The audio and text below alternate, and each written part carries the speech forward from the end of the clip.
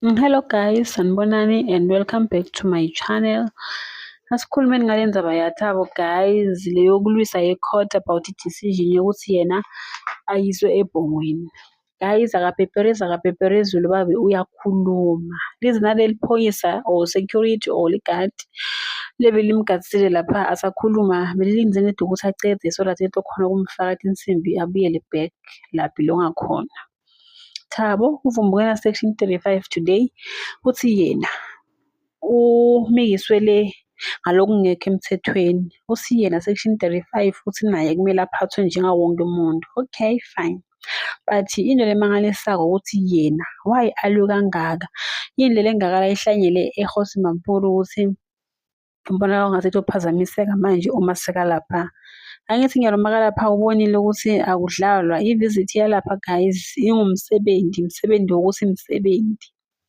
Uthi yena into yokuqala nalokuthi yena weqa uva ngathi akakwadi yena kusasema allegations because abukho ubufakazi lobusaprove court ukuthi yena weqa. Ukhuluma umuntu lo wabanjwa eTanzania guys, abaleke ejele for 11 months wayobanjwa. After lo 11 months wabuyisela phakathi inside. Uthi yena lokho kusasema allegations akasanga prove e-court. Another thing yena akasiyo i-high risk. Akasiyo high risk Thabo. Makahle phasa tibuka nje asedoti bona yena behavior normal njengalamanye ama-offender.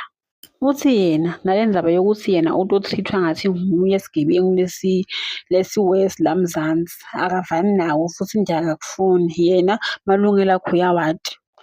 Abuyiselwe back to Gosi Mampuru prison. Asad ngoba la sikhuluma ngemuntu lonesidumbu phansi mara akasiyo i-high risk. Yabo nje wena kwangathi lokuboshwa kwakhe kwa-before bekumaqala lamancane, macala langanasisintu. U-actor njalo phela yena nyalo.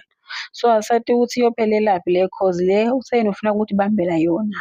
Bamelaphi kancane yena la utothi khulumele. Ngibuye akhuluma ngakhona ungafunga ukuthi uyi-lawyer udefenda someone.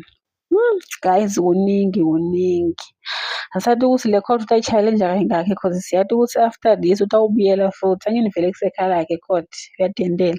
And nale ukuthi yena into la ifunako ngathi uyagrantwa nje. Once Thabo wathi ufuna ku-challenge first uya-approvelwa bese uyahamba ngoba angamsindo ngoba indaba ekhulumako kungasa uyapepereza lo baba. Asathi ukuthi nandipha yini leli engaka.